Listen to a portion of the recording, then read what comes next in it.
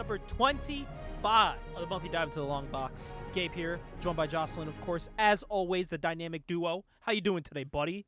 I'm doing very good. We got a fun one lined up for everyone here. First of all, it's my birthday month, so it's already going to be the best episode.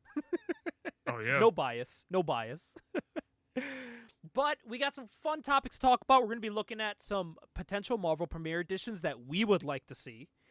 But the big topic this month is we're going to be creating a not-so-perfect superhero each. We're each going to make a superhero together using a system that is on classicmarvelforever.com that we'll be getting to, and it's going to be, I think it's going to be a fun time. Because some of the options is funny. I'm not even sure how this is going to work, so I'm interested in it. Trust me, it's going to be worth it. Believe me. But it was a big month because I joined an elite group of people. I don't know if you heard about people that go to flea markets and antique shops. I joined that elite group of people, and I found some fun things at the antique store this past month. You want to see some of the stuff I picked up at a fucking big-ass antique shop? Of course I do. So, first of all, there was a comic book store next to the antique shop.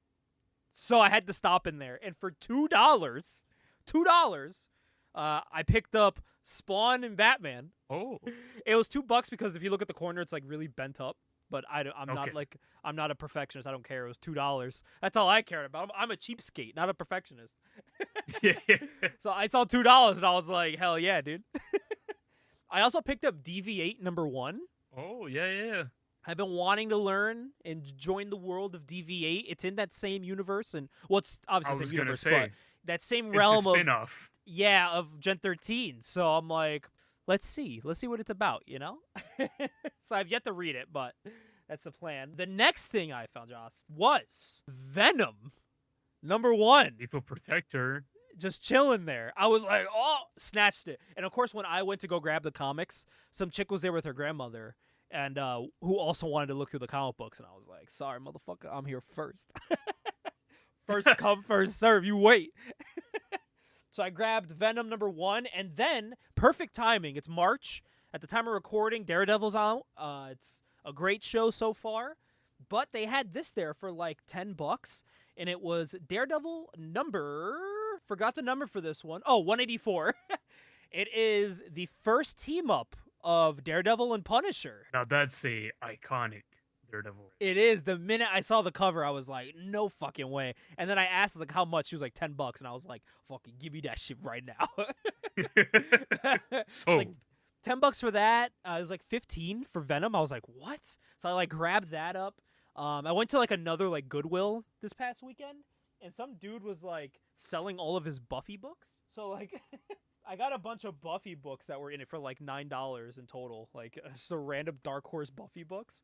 But the real reason why I bought it was the book on top, which was an old Marvel Red Sonja. oh, wow. So I was like, oh, I saw that and grabbed it.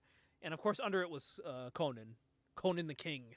So I was like, yeah, I grabbed it just for the Red Sonja. So I was like, it's worth the $9 just for that. So I grabbed it. And then I got a big kick because the local shop here is having a sale. Shout out Heroes and Hitters in Connecticut, celebrating their 35-year anniversary of being open. Hey, shout out. Right, dude, it's crazy. 35 years. So they're having a 35% off sale. So I was like, hell yeah. So I got another iconic Daredevil cover. I got Daredevil #300, to which I got home and found out I already own it. So... Whoops. And then for wicked cheap, dude, I got from him Spawn #9.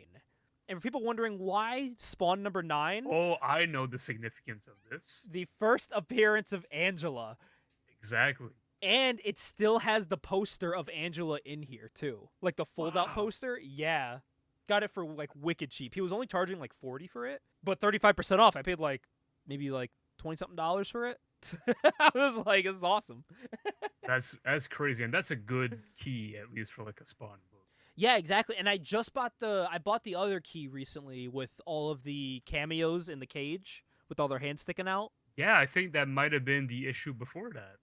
The one right after issue 10. Oh, right after. Yeah. Okay. So I have that one, and then I saw this one that same day, but he was only having like a 10% off sale, and I was like, I'll wait. And then when he said 35, I ran to the Spawn section. I'm looking through, and it wasn't there. I was like, fuck, like someone bought it, of course. So then I go in recently, like a week or so ago, and I'm like looking at his wall because the sale's month long. So I'm looking around the wall, and right as I'm about to leave, I see it through the corner of my eye, and it just so happened he took it out that day, and was getting ready to put it up on the wall. That's why it wasn't in there. So I was like, oh, thank God. And I grabbed it. So, and the last thing, honestly, it's been a lot of reading my usual weekly books. It's been nothing too crazy, you know. The last thing I really bought that's like a regular like mainstream type of book is Savage Dragon number 83. To which you're asking why 83? And it's because curious, yeah. Madman's in it. Oh. So yeah, pretty cool. Cool little crossover. And I'm also, for some reason, like whenever I can find Savage Dragon at a shop or something, I'm buying them up. Like I'm starting to think Savage Dragon, which is most likely true, is my favorite Image character. And I look at my collection, and it kind of reflects that. If it's not Savage Dragon, it's Spawn. But I've read more Savage Dragon than Spawn. I was actually gonna say, if it's not Savage Dragon, Invincible? No, you got a lot of Invincible stuff as well. I do, and I'm like halfway through Invincible. I'm almost done with it. So honestly, I've read more Invincible. Yeah. But like, it's the point. Like when I draw and I just have nothing to draw, I just been drawing Savage Dragon. Like I fucking love Savage Dragon. He's just such an easy character to like put to memory. Yeah, and like his stories, like, and I like Savage Dragon just for the same reason why I like Invincible is because it's that like manga type of thing where there's a number 1. And then there's like now, and it just continues on in real time, kind of like how mangas do. And I think that and Invincible really encapsulate what comics are needing. And it's that continuous story that ages in real time, which I think is very cool. So like when someone dies, like someone died recently in Savage Dragon, and I've been screaming for Eric to fucking release the next issue. But it's a big deal because it's a character that's been around since issue number 2. So it's wow. Is big. So I was like, what the hell? Like, it's huge. But yeah, before I get to the last part of this, is there anything you've been reading recently? I've still been reading the Ninja Classic Omnibus. Oh, how's that reading been? That. I know you said it had a slow start, right? It did, yeah. I think this is just like a thing with I feel like with a lot of these 90s books, I get into them and I'm like, kind of start slow. Yeah. I will say though, like when we read Bloodshot number 1, I thought that was really good. I thought that was a really good origin issue. I didn't feel like it started slow. It gave us it gave us action. It gave us his name, his reason for existing, and a motivation for the next issue. That's all we really need out of an issue number 1. So it nailed it. With and Ninjak, it didn't drag. It can get muddy at times where they focus too much on like his quote unquote like royal background. Just like, bro, I just want to see him fight as Ninjak. I want to see Ninjak killing motherfuckers, dude. like my brain just like defaults to that sometimes where I'm like, that's cool. I just want to get to the action part. Someone said that about horror movies recently where they're like, yeah, sometimes watching like an A23 movie where it has all these deeper meanings and underlying messages and motives and story, it's fun to watch sometimes, but sometimes you just want to watch a corny horror movie of a slasher killing people for no reason and then it just ends, you know, just to have fun. And that's what I want sometimes. Like, yeah, I do want obviously the comic book that has a lot of like a Authority or Astro City or something that has like deeper meaning and underlying tones and things like that, like Invincible.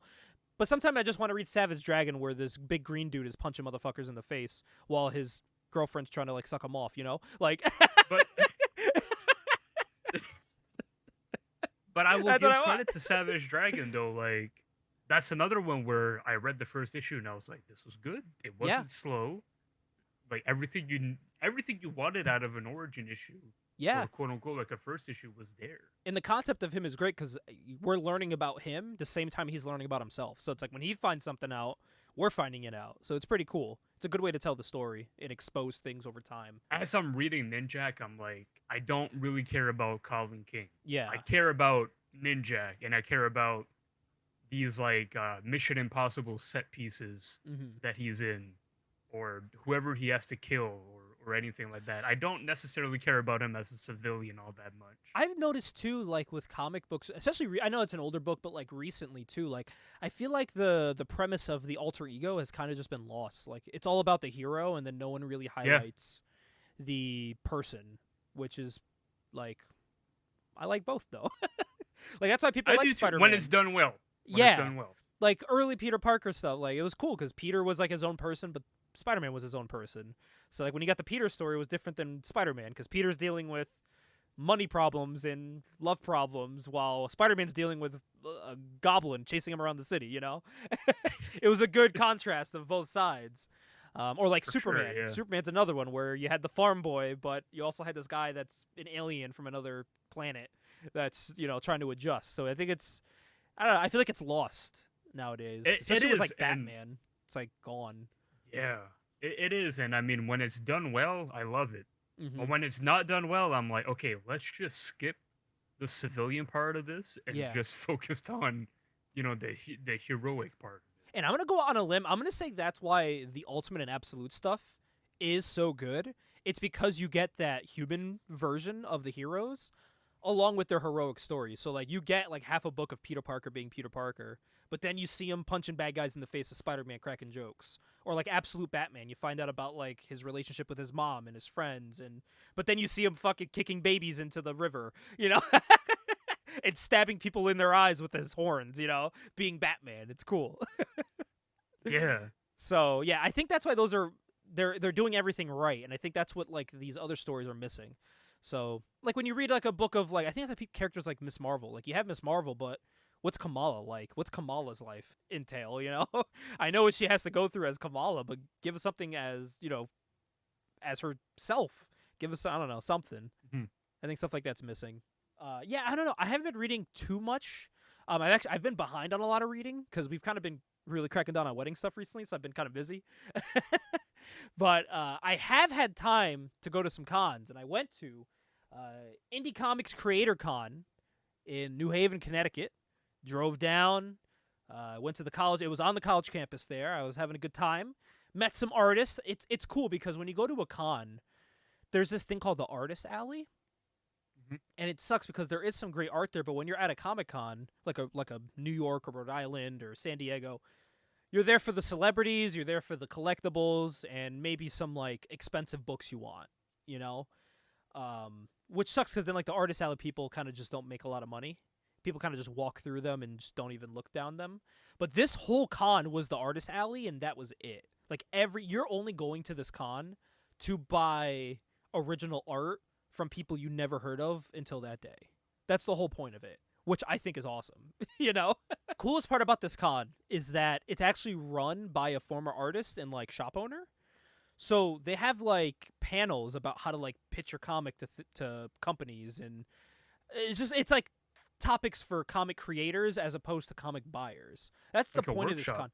Yeah, the whole con was just a giant meeting of artists to, like, network with each other and sell their art, and it was awesome. It was, like, the coolest thing ever. There was artists there from books that I have actually talked about on the podcast. This book, Pop Scars, I was talking about on this show. The creator was there, and I didn't even know he was there. And I was like, holy shit. Like, what do you... First of all, I thought you wouldn't be here because it's always, like, people you never know going to these. Yeah. I must have missed his name on it because I was like, if I knew you were here, I would have brought my book to have you sign it. But he gave me, like, a free trade paperback and everything. I bought the figure of his character and all that. So really nice. Everyone was super nice. It was so odd, though, walking the tables. And usually when you walk up, people will go, hey, how you doing? You enjoying the con?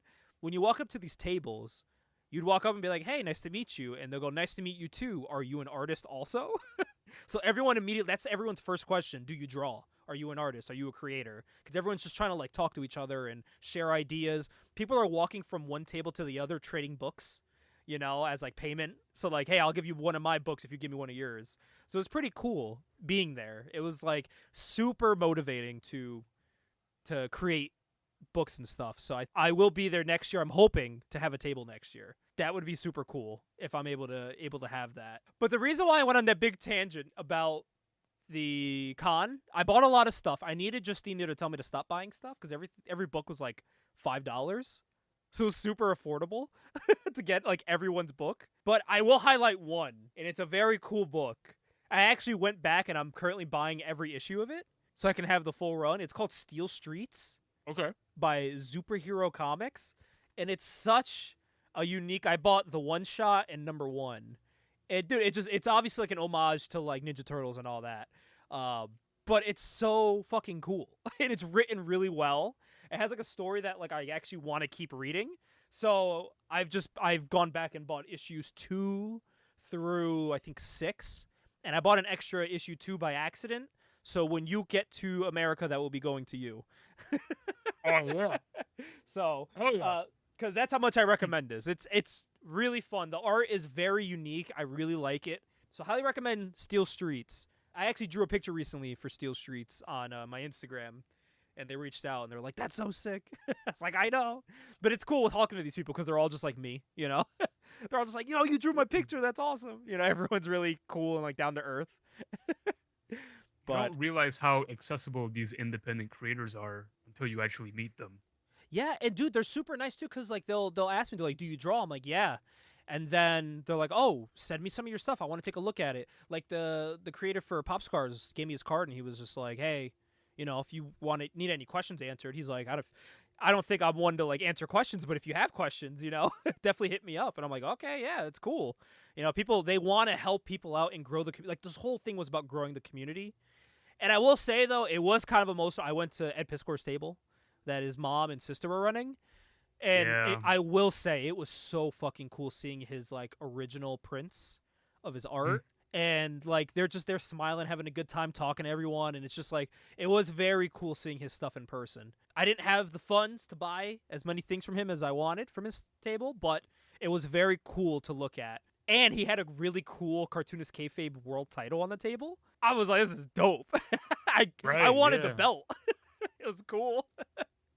But Jim was super nice. Jim was awesome. I met Jim. I bought a bunch of his books when he was there. He had a bunch of stuff for his books are not high price, so I bought a bunch of his stuff, and he was super nice. Which is really surprising because he's like one of the more high profile guys. Yeah, like on that con, right? Yeah, and the cool thing about this con is that like you don't charge for signatures here. Like I walked up, got a signature. He's just making money from buying books. So like he'll sign your book for free, and then his books are like $5, $10. I bought a bunch of books. I bought like $25-$30 worth of books, you know, because I was like support. That's you know? a wrestling show. He's like, "Kid, you know that autograph is gonna be like 25, right?" Yeah, and everyone like you'd buy a book from someone for like $5, and they're like, "Oh, do you want me to sign it for you?" And I'm like, "Yeah, why not? Just sign it, you know, cool." So everyone's signing their own books, and it was fun. Highly recommend. I hope it's around when you're here. I'm not sure if it is, but I hope That'd it be is. so much fun. That's because, and you know, just to bring my point again about wrestling, we actually talked about it. Where like, it feels like the comic book industry is so much more welcoming to outsiders than wrestling is. Yeah, because really we've worked, you know, behind the scenes, like at wrestling shows. Like I've helped out at wrestling shows, whether it was like setting up the ring or like doing camera work or anything like that. Mm-hmm. It doesn't really feel like all that welcoming compared to like a normal comic book convention. No, because it's like everyone's so high strung about like taking their spot. It's not like that in comics because it's just like the more people making comics, everyone knows it's for the betterment of the art form. You know, the more people making comics, the longer comics are going to exist for, and which in turn means more money you could get. You know, and everyone is so gracious and like helping each other out. It's amazing. Yeah. And it's because everyone sees it as like it's an opportunity for everyone to really grow and, you know, become stars in their own right. Like all these people, they have their own followings, you know, and they don't have to work for Image or Marvel or DC. Man, they print these out their house. You know, they print them, ship them from their house, and send them out. Like that's what I would be doing. I don't have the funds to print right now, but hopefully soon. I'm actually working with Drew on stuff about that. But yeah, like that's what people do for fun for their hobby, and it's cool. So, and how amazing is that, right? That you get to like do independent comic books and you get to keep all the profit. Exactly. There's no middleman, which is awesome. It's such a great thing. So, and you just do what you love. And the cool thing is like you find that community because it's people that also like what you do. So it's not like it's just going into an empty void. It's going to people that like the weird niche stuff that you like, you know? Like, I want to draw a book about a dinosaur fighting aliens on Pluto, but he's married to, like, a supermodel, you know? That's a comic idea someone can make, and there's gonna be people out there that are like, yeah, I'll read the hell out of that. I feel Whether like that's it's a digital or that's a physical. Jack Kirby and John Romita Sr. book. Yeah, literally, literally. Probably is. That would be something Eric Larson would do. 1000%. Yeah, no, it's been a really fun month, both comic reading and collecting wise, and creative wise. It's been really fun, man, and it got me so excited to do the show this month because it's just been like a huge a 180 of like ideas and excitement, which is very cool. On top of like content that's coming out from comics, like TV shows and movie news, like we're in a cool time right now for comics. Don't believe anyone that says comics are dying, man. We got Batman selling fucking 10 prints of Absolute Batman, which is like crazy. I was gonna say Absolute Batman is going wild right now. Yeah, the Ultimate Universe is popping off. We're getting more titles from that. We're getting more stuff from Absolute. Absolute Flash just dropped, and it was a fucking banger. So, and then this week I gotta go pick it up. Absolute Martian Manhunter came out, and then I think Absolute Green Lantern comes out within a couple weeks. Very soon, yeah. Yeah, like we're really hitting the ground running now. So I'm very excited for comics. It's a really cool time. And like if you're trying to get into comics, this is the time to do it. Watch Invincible, read Invincible. Battle Beast is coming out from the same creative with Ryan Otley and all them. So it's a good time, man. This is fun. I think we're hitting towards a peak era very soon with comics. I think so too, and the fun part about Absolute and Ultimate is that there's no like 80 years of continuity built into it. It's all fresh. It's all new. Oh, and how can I forget? Since the last time we've met, Marvel and DC are doing a book together again. Yeah, they are. How can we forget that? The end of this year, we're getting Marvel versus DC again. Yeah. How did I forget that? Yeah, so last time I feel like they did that when comics were in a rough spot, but now I feel like they're both in good spots. I feel like now it's just a fun time to do it, and they're just doing it. And like the creative teams announcing it, we're just excited to make it happen. So it's not like out of necessity to like try to save your companies. I feel like they're just doing it obviously for money, but because it's just like a fun time to do it. There's like they're firing on all cylinders. That kind of like war aspect of these two companies is gone, so it doesn't really matter. Just have some fun, just do it up. So yeah, this is 2025 and 2026 is gonna be fun, man. I think I could be wrong. Don't quote me on this, but I think Valiant and IDW is actually going to work together very soon as well on some crossover. Really? Books. Oh man, I believe so. And what's their names coming back too? They're being printed. Oh my god, they're a company from like the 60s, 70s. Oh my god. Yes, Atlas Comics. Atlas Comics is coming back. Oh, yeah. They also announced that. I only know that because Mego is selling Atlas Megos, and people are like, that's random, but cool. And then they came out and they're like, yeah, no, Atlas is coming back. Like, they're reprinting the books with the Mego figures, and then they're working on updated series again. So I'm like, oh, man, a new comic company showing up? Oh, and another person starting a new comic company, too. When I say the name, you're going to be like, oh, shit. You're going to be like, how did you forget that? I'll have to find out. I'll update on the next episode about it. But yeah, like comic creators are making new companies and all that. Freaking Skybound is signing deals for merchandise. So they're getting like Invincible toys and other Skybound stuff. So yeah, man, it's very cool. Very cool. I think we're living in a very fun time of comic books. So. Well, Skybound got that crazy deal to like reprint the original G.I. Joe comic. Yeah, dude. So yeah, they're working on that, and then they're working on that brand new series that's just been. I hear it's a home run. I sadly have not read it, but I hear it's fucking like amazing. So I have to read that eventually. But I will say there are some changes happening in comics. Some for the good, but some aren't hitting where they should. So I am now gonna vent a little bit. Joss, so I love the DC compact books, right? Yeah. Marvel said we're gonna do our own, and I was like, cool, man. The DC compact books, $10, affordable. I know where this is going. They're small, so like they can compete. Like that's like they're not compete, but like you can put them with mangas. You know what I mean? Because those are the most selling thing in the U.S. is mangas. Of course, everyone knows that. So this is like your way to get in that market, and it's been working, and to the point they're making more this year. We're getting things like Kingdom Come and The Authority, and more Batman. I think we're getting Long Halloween. as one. So Marvel said, we're going to do the same thing. Kind of. Yeah, sort of, yeah. Marvel is making their own, but they're pricing them at $15, so an extra $5, and they're just a little bit smaller than a regular trade paperback. They're not compact, So you're paying like maybe either the same price or $5 less for a slightly smaller book. Like, it's not really... At that point, you might as well just buy the original paperback, you know what I mean? Exactly. Like, they sell trade paperbacks for $15, $13, That's exactly, yeah. That's why $9.99 was like, holy shit, that's a big deal. Sometimes they overcharge DC with that Joker book. That should have been $5.99, honestly. I think it was like this thick. It was very thin. But but another thing too is like DC was like, all right, we're gonna make Hush and All-Star Superman and I forgot the Wonder Woman one they did, but it was like one of the most famous runs of Wonder Woman. And now they're making, like I said, Authority and Kingdom Come. It's all these like home run trade paperback graphic novels that DC has done. To which Marvel responded with things like, yeah, we got Daredevil Born Again, which, don't get me wrong, that's the only one I bought. But then we got Marvel Winter Soldier. It's like, all right. And then we got like a random Black Panther one, and it's like, all right. And I can't remember the other one, even if there was another one. But it's like not stuff that's like you need to go out and buy it. They're not iconic. Personally, I don't think so. To which I got brainstorming. All right, dude, if we were given the reins to make we did this for DC, and honestly, some of the ones we suggested are actually coming out this year, and I can't wait to buy them and talk about it on the show when I get them. But what are some Marvel Premiere Editions that you would like to see them come out with? I mean, you got to do Days of Future Past, right? Absolutely, without you question. Have to do that. Especially now with the announcement of bringing X-Men to the MCU, start pumping that out. I said I don't know why this wasn't at the top of their list. Civil War. Why is that not the first one you put out? It's one of the most iconic trade paperbacks they've done.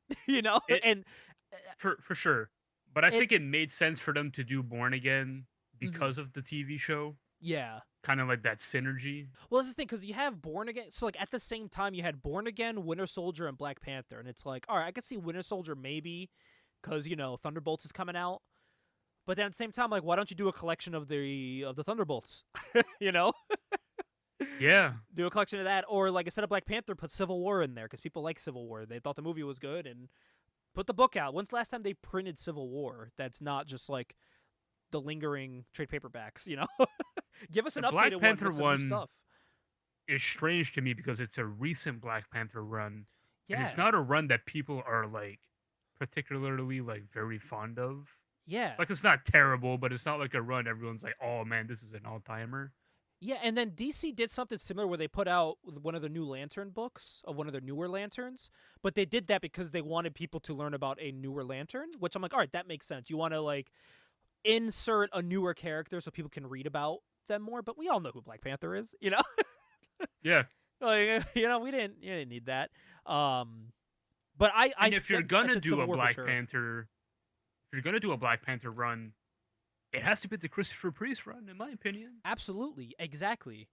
So I just feel like it was an odd choice for what they put in there. And then when I was trying to think of a list too, I don't know if you realize this as well. I think this is where you realize DC really has the upper hand for graphic novels.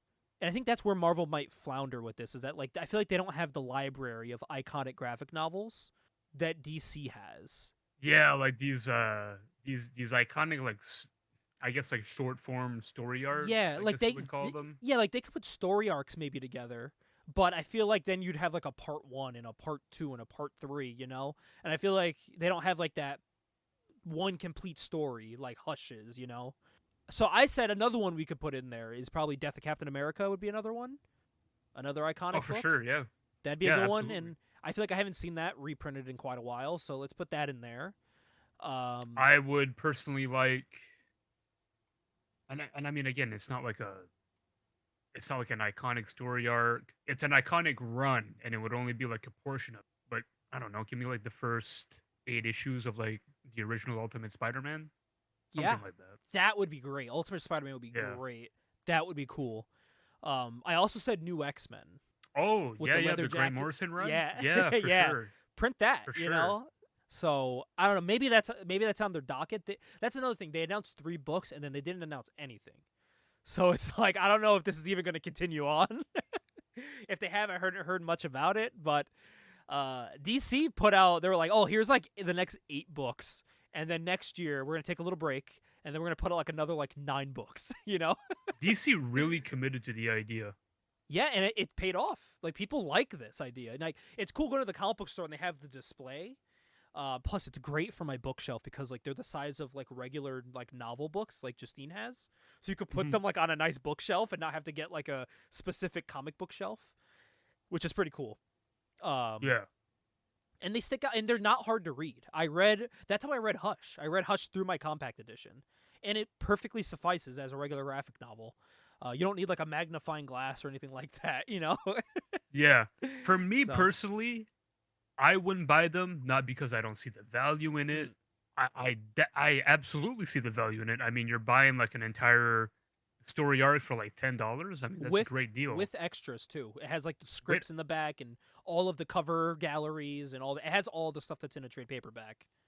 The value is 100% there. The reason though that I buy paperbacks is because I like the oversized art. Yeah, exactly. Like That's for especially me. splash pages. Yeah.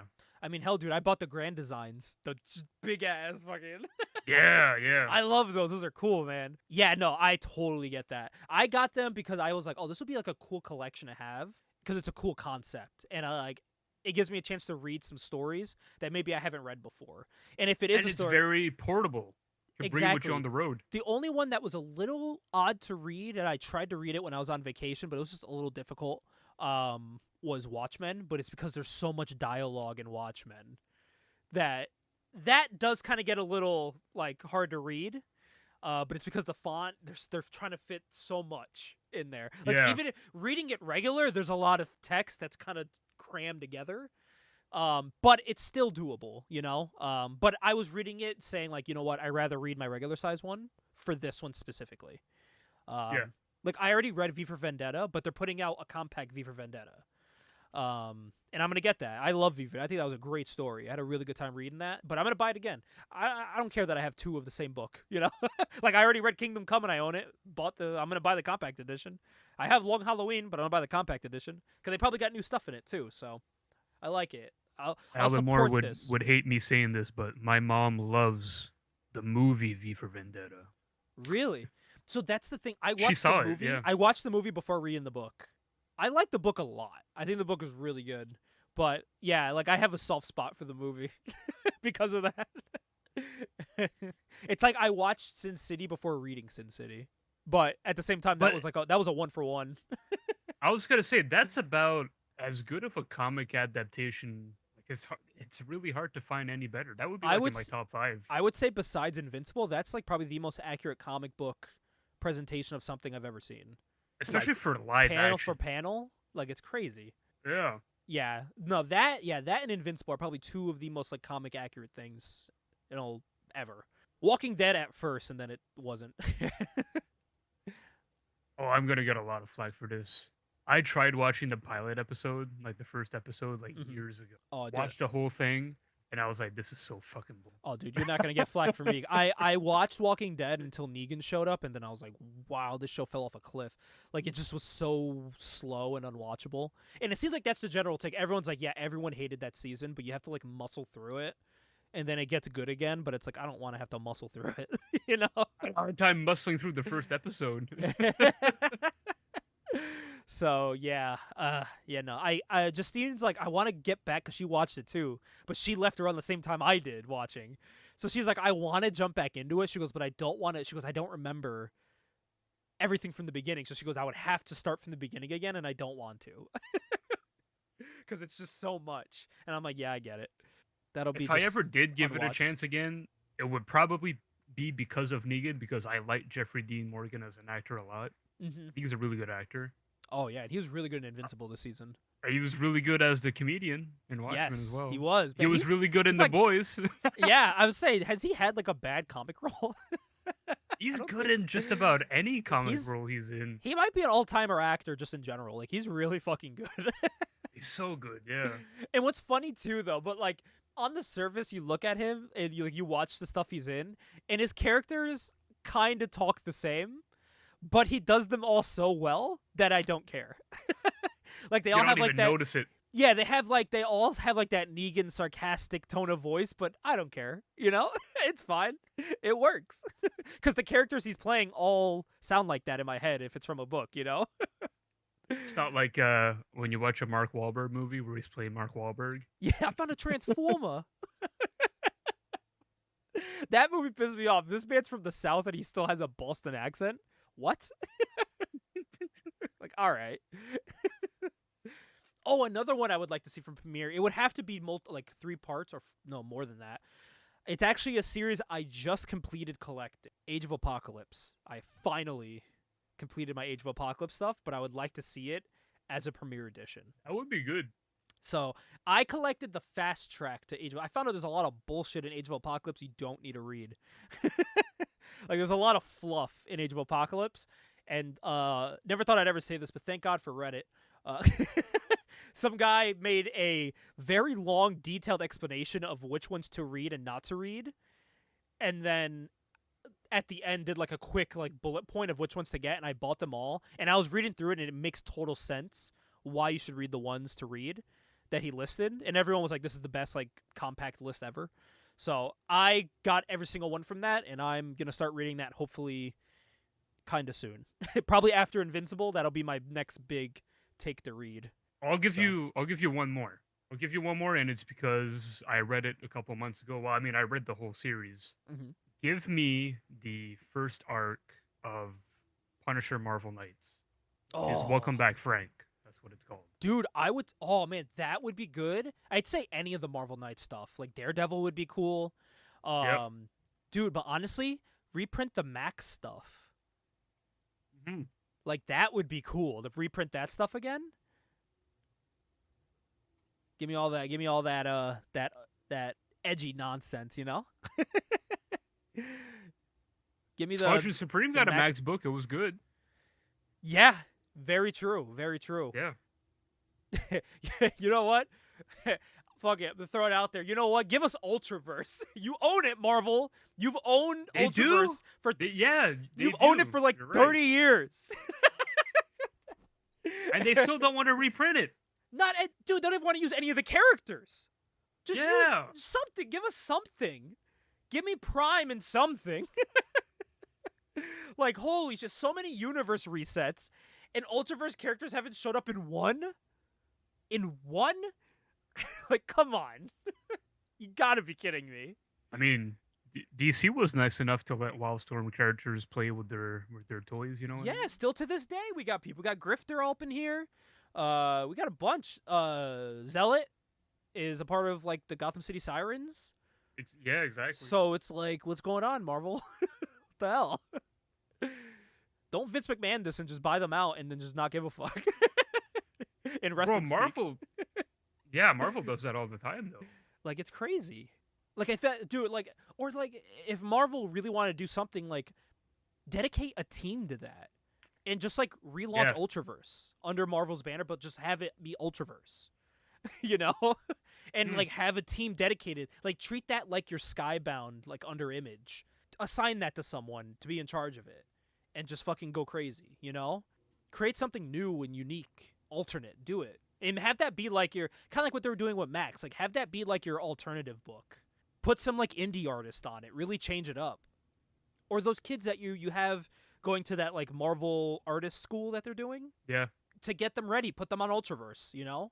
Get them introduced to people. And then if you want to put them on Spider-Man or something later on, you can. But have them work on some Ultraverse stuff. I don't know. Do something with it. Don't just let it lie there. It's really sad to see it just, just be so dormant. Just like there's more Wildstorm stuff I want. Like, I want to see Gen 13 come back. I want to see... there's so many things from Wildstorm I'd like to see revitalized, but I don't think it ever will, unfortunately. It sucks because I feel like the readers care about this stuff, but the big head honchos don't care about this. And you would think in the time period of nostalgia, you know? When the popular thing is calling back to things in 90s and all that, like, why not? I don't know. I feel like they could be sitting on something they don't even know. Especially if you tell people, like, hey, like Marvel editorial is not really going to have their hands in this. If you, some people want to dog on editorial for comic companies, like have it be like there isn't really an editorial for this. It's kind of, this is Marvel's creator-owned project, like you can, it's not like, obviously these people didn't create these characters, but like they're going to create the stories going forward. Yeah. Treat it like that, where it's all unique stories, but I don't know if they ever will. I don't know how the contracts are. Like when they bought Ultraverse, did they buy the rights to the characters? They must have, because they did like crossovers. I believe so. I don't know if like maybe some of the artists that created those characters still have some rights to them. Maybe I have to look into that more, because I wonder if they would need like a cut, or like if they would need to have like a say in things. Now that I'm thinking about it, the way that it works is that if they brought them back, the creators would have a cut of like everything. That's probably why they don't want to do it. Yeah, I think so. It's usually what it comes down to. Yeah, bring back Ultraverse. That is our call for this month, is to bring back Ultraverse. Before we end it off, this is really crazy. So it says, in 2003, Steve Englehart was commissioned by Marvel to relaunch the Ultraverse. Oh, so they were trying to do it. They were trying to do it, and then it just kind of fell through. And it didn't go, yeah. But Steve Englehart, I mean, that's... Like, there's so many people you could put on, like... Imagine if they're just like, hey, Greg Capullo, like, we can now own you at my Marvel. How about you want to do some cool stuff with, like, Ultraverse and, like, go full throttle? Like, yeah, you can work on, like, Wolverine covers and stuff. But do you want to, like, fucking just go ham with your own world? Like, do shit? That would be cool. Oh, that'd be sick. That'd be so sick. Yeah, like, bring on, like, it'd be cool to bring on, like, veteran artists and, like, newer kids that, like, again, like, this is your chance to, like, find talent, like, indie artists that draw really weird things. That's the cool thing about Absolute, is that all these artists, like, a lot of them I'd never heard of before, and then when they come onto these books, like, their art style, each book has its own unique look, which is cool. Batman doesn't look like Wonder Woman, which doesn't look like Superman, which definitely doesn't look like Martian Manhunter, Like, they have their... So on and so forth, their unique looks. Yeah, like, why don't you do that with Ultraverse? I don't know. But, I don't know, maybe that's just me pretending, armchair company owner. Maybe we should take over Ultraverse. Marvel, let us take over Ultraverse. We got ideas. Oh, man. Well, you know who we could put in Ultraverse? CD&K. We could put CD&K. We could put K I Fabian thought that's and where Ajax. you were going with it. Yeah. We could put K Fabian and Ajax and Captain CFG, all those great guys. But also, we got to put our custom characters that we're about to make. Oh, that's right. So this is by the very in-depth people over at Classic Marvel Forever. What that is, it's a website where it documents an old RPG game called Marvel Superheroes, where it's all of like the like profiles of the heroes, and there's custom ones of like DC and Image people. Like, they have stuff for every like hero that ever existed in Marvel, like profiles and stats and all this stuff. It was an RPG game. It's Dungeons and Dragons for superheroes. That's what this was, Okay. So they actually have this thing on here where it says every single superhero is built on superheroic proportions. The men are mostly constructed of muscle and teeth, and the women are muscle and breasts. What if the superheroic world was like the real one? When mutations occur or scientific experiments go awry, they nearly always seem to affect the good-looking people. A homely scientist, Newton P. Winkerton, never gets zapped by the power-inducing ray. It's always the Henry Pyms and the Wally Wests. So this is basically them saying, we're going to make a realistic, not so perfect superhero. Right. So what this is, what you have these different tables. It's only a couple tables here. It determines like your race, your gender, your sexual preference, like if you got hair or not, like. And you and I are each going to make one together. Okay. What you do, you see it's a table of 1 to 100 on all of these. Right. We're going to roll a D100. So what you do is you roll the dice, and it'll tell you, say if you roll, like for this one, the race here, if I roll this, it rolled a 21, my character would be Asian. Right. And we're going to do that going down the whole way. To the point, I even have a website where it's going to generate a hero name. Oh, God. It's going to be completely, not AI generated, completely just generated in general. Sure, yeah. So it's all more randomized than generated. It's live and die by the rando, baby. So, obviously, I'm going to let you go first here. So your hero will be, let's roll here, 99. So you are a Pacific Islander. Hell yeah. Oos, I'm guessing. Shout out Jacob Fatu, man. Should I note this somewhere? Here, we'll I'm gonna note this. Sure. Yeah. All right, I'm gonna note this down. So you, let me see, Famous Jocelyn. French Canadian Pacific Island. I am Alaska Native. Oh no, 7. I am American Indian. So I'm like Forge, you know? American Indian. Okay. You are a woman. You are a female. I am a male. Don't get any funny ideas, all right? Your marital status. You ready to figure out if you're married or not? What are you shooting for here? Divorced, married, partnered, single, married, partner with children, single with children, separated, or widowed? What are you hoping for? Let's go single. Let's see. You are divorced. That works for me. You are, so technically, you are single. I am 87. I am separated. Oh no, are our characters like an OC couple? Oh no, what are we doing here? All right, your sexual preference. You can either be homosexual, bisexual, or heterosexual. Those are your 3 options. You are 59. You are heterosexual. And then I am 29. I am also heterosexual. Not looking good for our little couple here. It looks like there's some weird fanfic being built here. All right, these are our social classes now. Homeless, lower class. Oh wait, lower class, which means you're on like welfare. Lower class. Wait, which means you're also, I don't know the difference between those two. Middle class, another middle class, and then upper middle class, upper class and wealthy. So you are... Let's go millionaire. You're upper class. Ah, works. I am 40. Oh, no. Okay, I am middle class. All right, whatever. That's doable. I'll take it. All right, family. So let's see if you have a family. These are your options. 4 more siblings, 3 siblings, 2 siblings, 1 sibling, only child, deceased sibling, mother or father is deceased, orphan or foster child. Let's see if you're like a Bruce Wayne. 64. You have 1 sibling. Congrats. You are not an only child. Meanwhile, I, 49, I also have 1 sibling. All right. You know, we're not so different, you and I. Criminal record. Felony, misdemeanor, no criminal record, misdemeanor, or felony. Those are your 3 options, technically. Felony, misdemeanor, and no criminal record. You have no criminal record. Congrats. Wow, I'm not a news den. Meanwhile, me, 4, I have a misdemeanor. Oh no. I am a criminal. All right, this is your body type.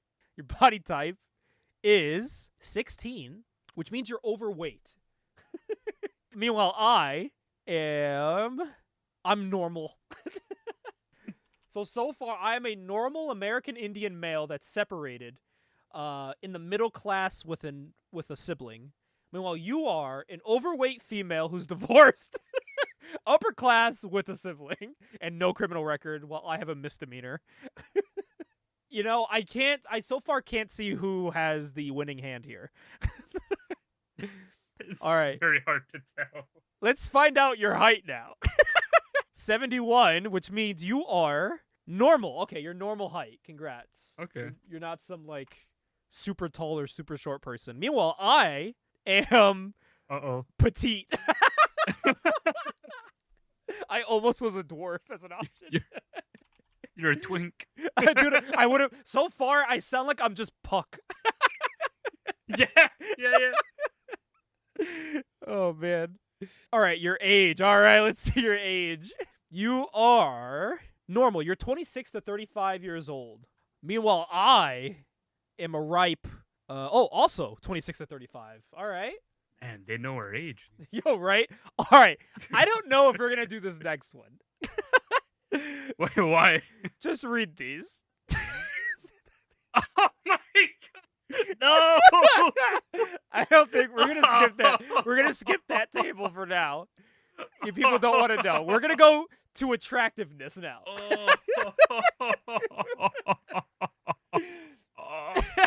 So these are your options for attractiveness: ugly, unattractive, plain, average, good-looking, which in parentheses says cute, pretty / handsome, or extremely attractive. So you Let's go. I'm aiming for average. Are you gonna be a BBW? I'm aiming for average. 66? You are average. I got average. I hope I'm like really ugly, so I'm like a really short Danny Trejo. 17? Oh no! Yeah! I'm plain. That works. In our final table here, there's some extras. All right, listen to these extras. Acne, alopecia, Oh no. clumsy, flat-chested / bird-chested, habit, which means you have a nail-biting or tapping fingernails habit, other large facial feature, usually nose or ears, none, no muscle tone, pale skin / albino, a smoker, thick eyebrow / excessive lip hair, women. So let's hope you don't get that one. Or odd voice, high pitch or deep voiced. So let's see what you get. 64. I think you fell in none. Okay, you got lucky. You have no weird quirk about you. Okay. Meanwhile, I, 24. Okay, I'm good. Wait, no. That's crazy. Okay, yeah, I'm good. Woof. I didn't want a big nose or nothing. So are you ready to find out our names? Yes. So you are a female superhero. Are you ready to find out your name? All right, this is the list of names you can choose from. The Iron Mask, Morph Shadow, Lightning Woman, Miss Incredible, copyright, the Scarlet Guardian, Shining Shadow, Fog Shadow, the Emerald Facet, the Mighty Mimic, or Star Spider. What would overweight divorced female in the upper class with no criminal record be called? Scarlet Guardian sounds kind of hard. That does sound kind of hard. Is that the one you're going to go with? Yeah. All right, Scarlet Guardian. Meanwhile, I can choose from the Silk Lad, Ultra Flame, the Diamond Avenger, the Dream King, Ultra Hex, Gigabane, the Scarlet Stake, Fistman, a Skeleton Master, or the Neutron Rider. All right, I am a 26 to 35 petite American Indian male who's separated in the middle class with a misdemeanor. I only think that man will be called Fistman. Yeah. Fistman. This man is so crazy. That's so crazy. So, Jocelyn, that was the creation of the Scarlet Guardian in Fistman.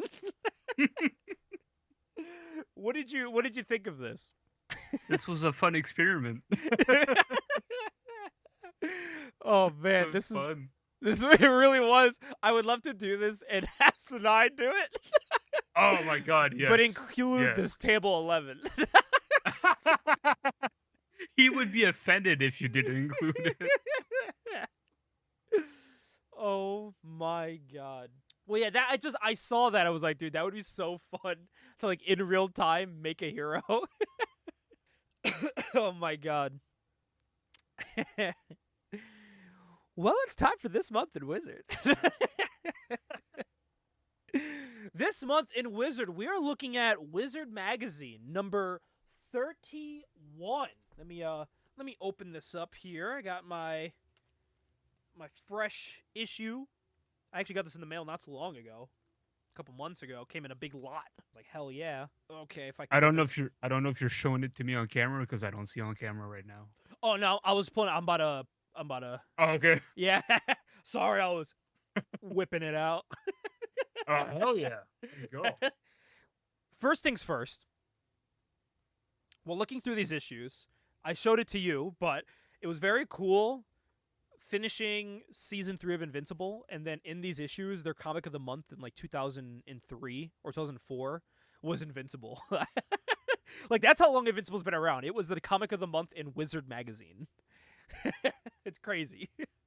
I thought that was really cool. Like, we've come and I saw that and I was like, man, it's cool seeing these like classic characters and where they are nowadays. So I thought, looking at Wizard magazine number 31 from March 1994, they have a top 10 heroes and villains. And usually when we do that, I'll look at the time of like what they were selling, what they were doing at the time. But I thought, why not look at all 10 of these characters and just see like what they've been doing now, you know? I think it's a good time to take a look at that. The first batch of heroes, which is honestly, it's some heavy hitters. We got none other than Spawn at number 1, Spider-Man, Batman, and Venom. So this is actually a pretty interesting start to this. Because Spawn, currently, probably the longest running independent book to this day. I believe so. At issue number 362 that just came out about 2 weeks ago. So it was Cerberus. For a long, long time, it Yes. was Cerberus. And then Cerberus ended. And then Spawn just fucking took over that. So, yeah, now Spawn is, it's still going strong. Tom McFarlane, one of the most famous comic creators and toy company owners, and Spawn's showing up in Mortal Kombat still to this day. There's rumors about a Spawn movie still, I guess. Since then, he's had a movie. He's had an animated show. So I think Spawn's had a good 30-some-odd years. It's been, what? It really has. 31 years? Or no? I think the first Spawn came out in 93, was it? Yeah, and since this issue's from 94, so what, 31 years ago? Yeah. Yeah, 31 years, goddamn. So look at that, 31 years later, still going strong. Spider-Man is at number 2. Since 1994, he has had millions upon millions of comics sold. Amazing Spider-Man is still, there, coming out every month, sadly. Ultimate Spider-Man has happened twice. And both were great. The current run is still really great. I would say it's probably the most popular book in recent Marvel history right now is Ultimate Spider-Man. It's sold, I think, up there with, well, not as much, but up there with Absolute Batman. Absolute Batman's still selling reprints, so. And God, Lord knows how much money Spider-Man has made in merchandise since 1994 till now. Because since then, he's had an endless supply of cartoons. He's had Spider-Man the Animated Series. He's had Spider-Man Unlimited. He's had Into the Spider-Verse. He's had Ultimate Spider-Man, Spider-Man and His Amazing Friends, the kids one that's out. He just had Your Friendly Neighborhood Spider-Man this year. So an endless amount of cartoons. He's had 10 movies and counting since this time with, the 3 Raimi movies, the 2 Amazing movies. I counted the 2 Into the Spider-Verse because Peter's in those. And then the 3 MCU movies, and more are coming. I was going to say, the only guy who can really rival him in that is Batman, who's number 3. Exactly. But I would still probably give the edge to Spider-Man overall. Absolutely, because even Batman, still to this day, he's still a present leader of the Justice League to this day. He's had a numerous amount of movies since 1994. Of course, you can't forget the Nolan verse. Probably 3 of the best movies ever. I love those movies, especially Dark Knight, one of the best. But then he just had, the Robert Pattinson Batman movie that came out. That was awesome. And we're getting another sequel to that. We're getting Batman in the new DC universe coming out as well. He's still having comics to this day, so he's still selling. And as we've said multiple times in this episode, Absolute Batman has absolutely, no pun intended, actually yes, pun intended, been selling like hotcakes, man. They've had I think almost 10 reprints. If not, they're close to almost 10 reprints. It's been insane. We're also well past 1,000 issues for Detective Comics. Yes, we are. And he's still having, Batman and Robin is still going strong. I'm not reading it, but it's still going. He still has his regular Batman run. So he's still selling books constantly and showing up in media. He's had a Lego movie about him, Lego video. Oh, don't get me started about the video games. Oh my God, the Lego Batman games are so good. Lego Batman games, Arkham Asylum, Arkham City, it was all these games that came out since then. Another, billion-dollar hero for sure in Batman. Number 4 is someone that, honestly, if you said to the person in 1994 that this character would get 3 major motion pictures and actually made money at the box office for all 3, and it being Venom, they'd be like, what? What are you talking about? You mean Spider-Man? Yeah. I almost look at that and I'm like, I feel like Venom movies would have made more sense to come out in like the You would think so. And honestly, like, in a time where Sony's Spider-Man movies, every single one was a flop, even though Venom wasn't perfect, Venom made money every time, and people would leave it like, yeah, it was fun, it was fun jokes and all that, Yeah, And like nothing that was like offensively bad. It was like, yeah, it was all right. yeah, it was all right, and it was enough to skate by for 3 movies. Yeah, basically. It's their most successful universe since the Raimi movies, all right? That's crazy. And it's nowhere near the quality of it, don't get me wrong. It's not, but honestly, like, I watched Venom 1 and I was like, it was fun, It was a fun time. I've watched all 3 Venom movies. I've had fun watching all 3 of them. Yeah, exactly. Like, they're like peak, like, sit down, like, if you drink, crack open a drink or not, like, just hang with some buddies, poke some fun at it. Maybe we'll review Venom for an episode in the future. Who knows? Well, for sure we'll have Sinide on that. Oh yeah, absolutely. But honestly, besides live action, Venom has shown up in video games, like the Spider-Man video games, almost all of them. He showed up in Spider-Man for the PlayStation 1. He showed up in Ultimate Spider-Man. He showed up in the PS5 Spider-man game. Well, not only did he show up in Ultimate Spider-Man, you can play as him. That was fun to play as him. You could throw people off fucking really buildings. It was awesome. I love that you could play as villains in those games. It was awesome. But I gotta say, besides, he's had some crazy voice actors as well. Oh yeah. Was it Tony Todd that voiced him in the latest Spider-Man game? It was. Candyman himself. Crazy. Rest in peace too. And in the PlayStation 1 Spider-Man game, it was actually Cosmo from Fairly Odd Parents. Oh, was it? He was that the same voice actor. That's probably my favorite Venom voice actor. Is the one from Spider-Man on PS1. The Venom marathon continues. Yeah, it's like peak Venom. Like, it's that perfect balance of sounding like a psychopath and cracking funny jokes. Yeah. Where he's like, "Oh man, I don't want to go." Where Spider-Man's trying to like team up with them. It's great. But I gotta say, besides video games and movies, like in comics, besides the Spider-Verse, Venom has a universe around symbiote. He has the Venomverse, or whatever the fuck it's called. Like, yeah, fuck, they've made like this big crossover event called the like Extreme Venomverse. Yeah, where they have like all these different Venoms from like different time periods. And it's crazy. Now the Venomverse went to war with the Spider-Verse. And it was just all of them fighting. It's like, what the fuck? But yeah, like taking 2 cannons and like shoving it into like one. And think about it, since like Venom debuted, like we got some really cool renditions of Venom too. Like we got the cool Agent Venom with the fucking handguns with the Guardians of the Galaxy. Agent Venom is really, really cool. Yeah, we got some really cool renditions of Venom.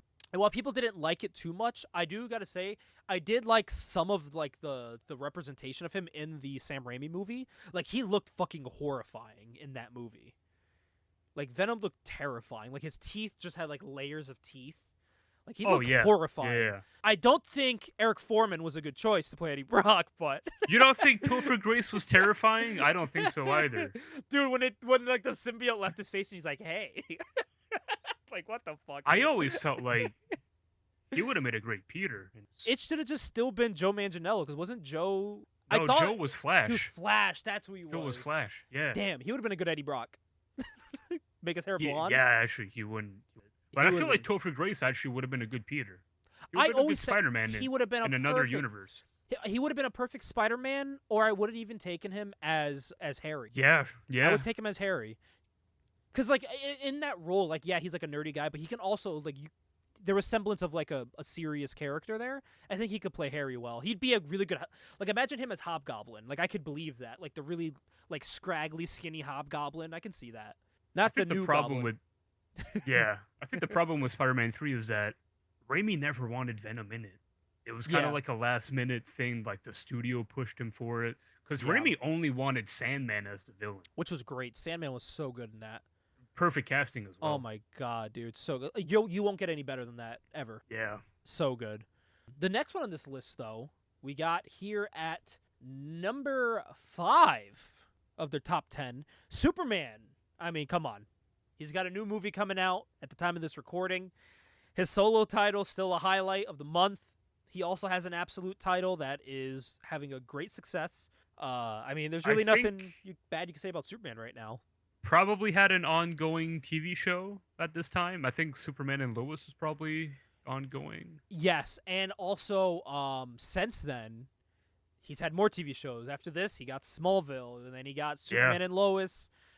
We had the 2004, 2005, I forgot which year movie that came out. Superman Returns. We got Man of Steel, and then but now we sure did. Now we're getting the real Superman movie, which I'm really excited about. So I'm so pumped for that. I'm so pumped. I will be there opening night. I'm so pumped. I'm gonna be there opening night for that, Fantastic Four, and honestly, Thunderbolts. I'm very excited for Thunderbolts. I might be there for Thunderbolts, but for my excitement for Thunderbolts is because Sentry. I love Sentry. Yeah, that's my guy. I love Sentry. But they gotta do him right. They have to do him right, yeah. But I think I like the actor Lewis Pullman as like Robert Reynolds, like as a civilian. I don't know how they're gonna do the transformation and all that, but I'm looking forward to seeing it. Number 6 on this list, honestly, it's someone that's kind of disappeared from the public eye. Sabretooth. Yeah. What the fuck's he up to? I mean, like, he showed up recently in Greg Capullo's Wolverine comic. Greg Capullo's Wolverine Revenge comic. And then he also showed up in Deadpool and Wolverine, the movie, for like a very short period. Had a little cameo in that. But besides that, I mean, Sabretooth's just kind of When I think Wolverine Nemesis, I think Sabretooth. He's the first guy that I think of. And maybe in like the 1,000 titles they have announced, maybe there's a Sabretooth. Let me see, Sabretooth comic 2025. Maybe there's something on the docket for Sabretooth. Okay, yeah, there is. There's something coming out. Actually, it's currently out. It just started though. Sabretooth, The Dead Don't Talk. It's a mini he's got, and it's ending next month. Yeah, but I want you to read that description and see how crazy it is, because they talk about how Logan, Wolverine was, he got like the adamantium ripped out of him. That's probably when Magneto did it. Yep. I would assume so. Which I have that issue. It's a great issue. And then he quit the X-Men, and now Sabretooth is coming in to replace him. I do not remember that at all. I don't remember Sabretooth replacing him. Here, let's read this. For those of you wondering, where's Wolverine on this top 10 doohickey? Wonder no longer. After our pal Logan was de-adamantiumized and quit the X-Men, Sabretooth stepped in to take his place in the team, and apparently his role a favorite mutant berserker among the fans. But isn't Sabretooth a bad guy? Why would the X-Men let him join? Well, because the character Wolverine has become so muddied and disjointed of late, they needed a new, meaner Wolverine to play with, and the tooth fit the bill. It's crazy to think that the way they're describing Wolverine in 94 is how Spider-Man's described in 2025. Almost like he's like washed up. Yeah, it was just crazy. It's insane to think. But next on this list, it's actually, I mean, come on now, one of the most talked about people right now on social media and everywhere, Daredevil. Come on. I mean, his name speaks for himself. He's kind of in a weird spot though, like in 94, because it's like pre Marvel Knights run where like they revitalized him, and it's years after the Frank Miller run. Yep. So he's in like a weird limbo here. He's kind of stuck in limbo, yeah. Yeah. But he's still somehow, maintaining his popularity. And it's odd here. They say, too, they go, old Hornhead hasn't been this popular in ages. Aside from the cosmetic changes, another major upheaval for this hero is the death of Matt Murdock, better known as Daredevil. How can this be? Is the original Daredevil kaput? Nope. Feeling that too many people knew that Matt Murdock and Daredevil were one and the same, Daredevil faked Murdock's death to get a new life. Wow, that almost wasn't complicated, they say. So this is about the time when he started getting the black suit, because that's when he went under that weird name where he wasn't a blind guy. Oh yeah. So this was around that time. So, and it's funny actually seeing Daredevil and Sabretooth, because Sabretooth, they talk about him and Wolverine. Sabretooth is actually a Daredevil villain. True. Yeah. So it's kind of funny to see. Kind of like how Punisher's a Spider-Man villain, but they just kind of migrated over to Daredevil. I was gonna say like Spider-Man and Daredevil actually share villains.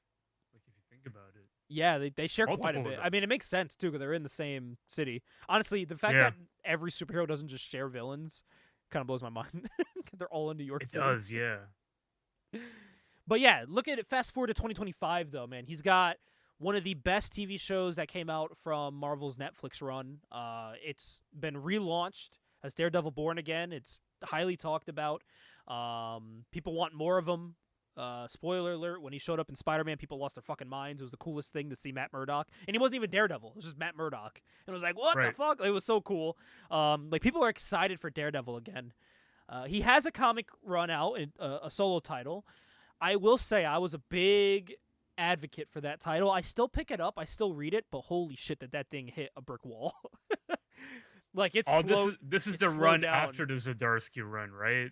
Yeah. So it started off hot, man. It was cool concept. It was post-hell escaped Matt Murdock, who is now a priest, exorcising demons, taking over the bodies of his friends, you know?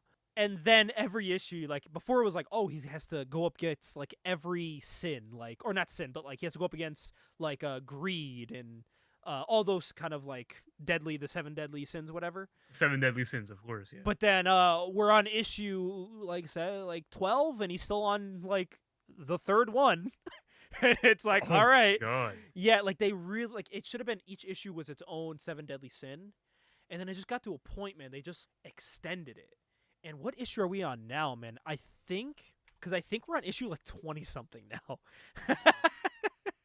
If I'm being honest, like we are deep in the weeds of this book here.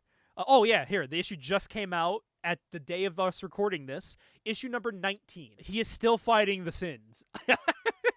So, but yeah, they're saying the next arc starts either here or at the next one, but man, this has a mostly negative rating. I don't know what's going on. Oh, and also they're going back to the black armored suit next month. So it's kind of funny. Sure. It's funny because at this wizard, they're prepping to put him in the black suit, and here we are 31 years later, and they're prepping to put him back in the black suit. So, full circle. Yeah, look at that, full circle. So yeah, the new story arc starts next month, issue 20. 20 issues of fighting fucking 7 deadly sins. And it's you know what? I feel like it's a Marvel editorial problem where I feel like Marvel editorial, if you have a good idea, it's like, great, we're going to artificially pad this out as much as we can. And it's weird because Saladin Ahmed, who is the writer, was working hand in hand at the end of the previous title to get prepped for this one. So it's not like he picked this up not knowing what was going on. You know what I mean? So I don't know what happened. And he's a good writer for the most part. Yeah, and that's the thing. Like, yeah, these are, and that's why I'm not going to drop the book, because while it has extended past its due date, it's not poorly written. It's overstaying its welcome of this story, you know? This should have been like a 7-issue story arc, but instead it's a 20-issue story arc, you know? Which is like, and then like at the end of it, like an issue will happen, and by the end of the issue, nothing new has changed. So it's almost like you just wasted an issue. They did a lot of that, like a lot of fluff. But again, it's not like I dropped Wonder Woman. I couldn't get it. I knew the last issue was coming out, and I still couldn't just keep going. I had to drop it. Because I was like, all right, 2 more issues, and I opened up the issue, and it was a fucking novel, and I was like, I'm done. I'm done. But this isn't that kind of concept. But number 8 on our list here, we have Gambit. And Gambit, I mean, if I'm being honest, 2024 was the year of Gambit, if I'm being honest, which makes me very happy, because I'm like, ooh, you nasty mon petit roux, laissez les bon temps rouler, huh? I shot up there and I said, "What's up, Doc?" Later, butternuts all up in my mama. That line is nuts, dude. Fucking legend, man. I'm so glad Channing Tatum got to play Gambit. And dude, people dogged on that for years. I remember trying to find the shirt he wore when they announced him in like 2014. I remember trying to find that shirt and I like couldn't.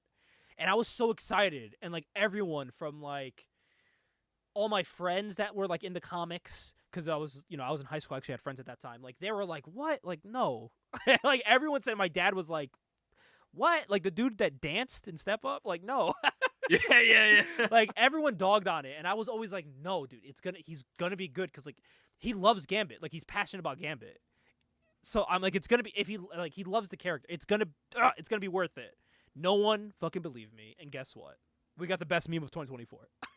Well, it's like when Heath Ledger got casted as Joker, everyone's like, the guy from Brokeback Mountain. Yeah, and then look what happened there.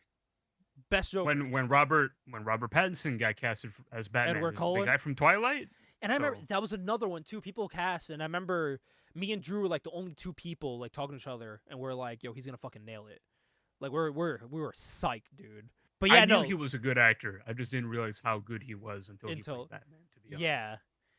Oh man, but yeah, no. So that's the thing. Like Gambit too. Like besides in a movie where his name's not even in the title, he was the most talked about part of that movie. You know. Mm-hmm. Plus, just seeing him do Gambit stuff.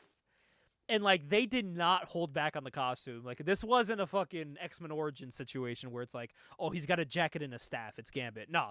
This motherfucker, he had the head sock. He had the cool boots with the knee pads on it. He got the finger gloves. Like, he had everything. The weird bodysuit.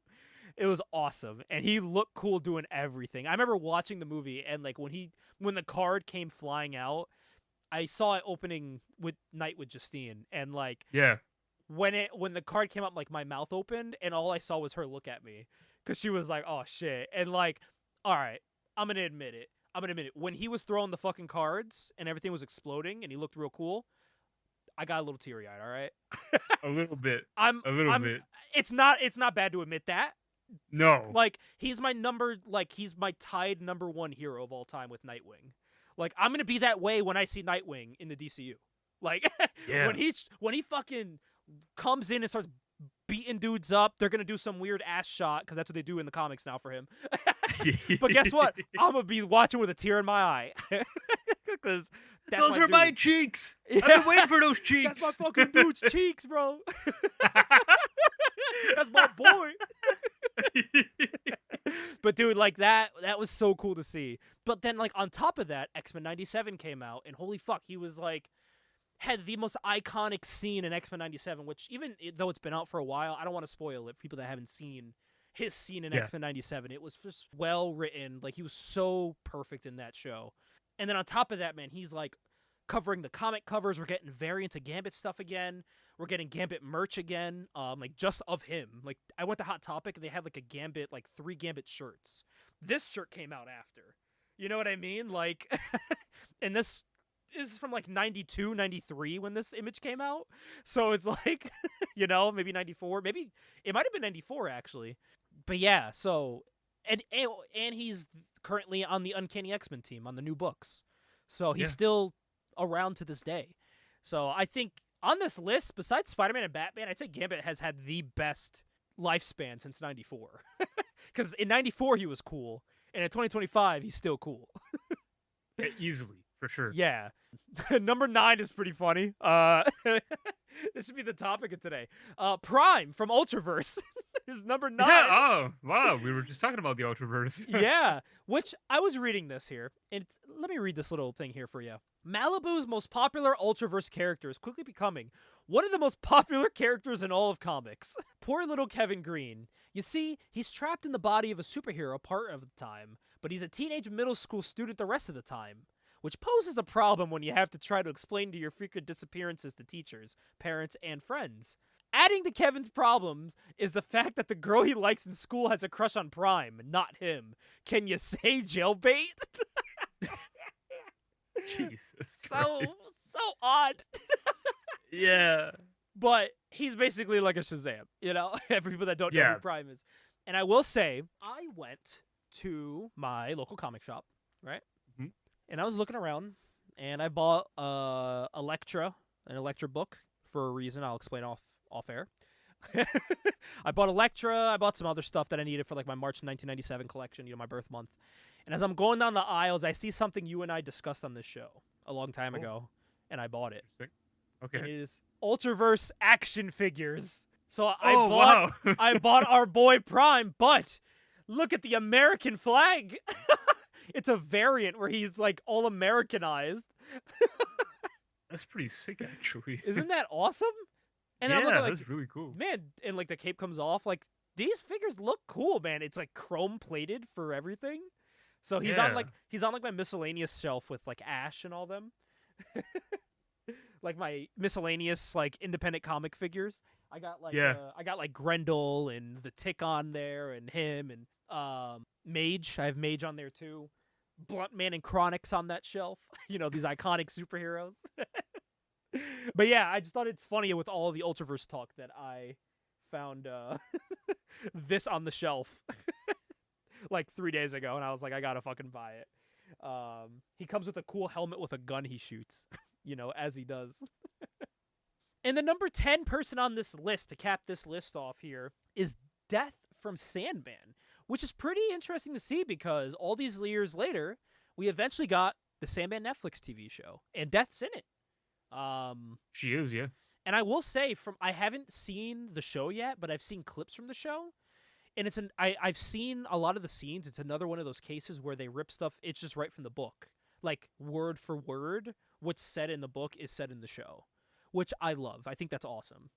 That's what I've heard. I haven't seen the show either. There was a side by side scene with him and Death where they're sitting on a bench talking, and the person on the other side put the panel up, and it's literally just, it's like they're reading from the panel. Like, it's just perfect.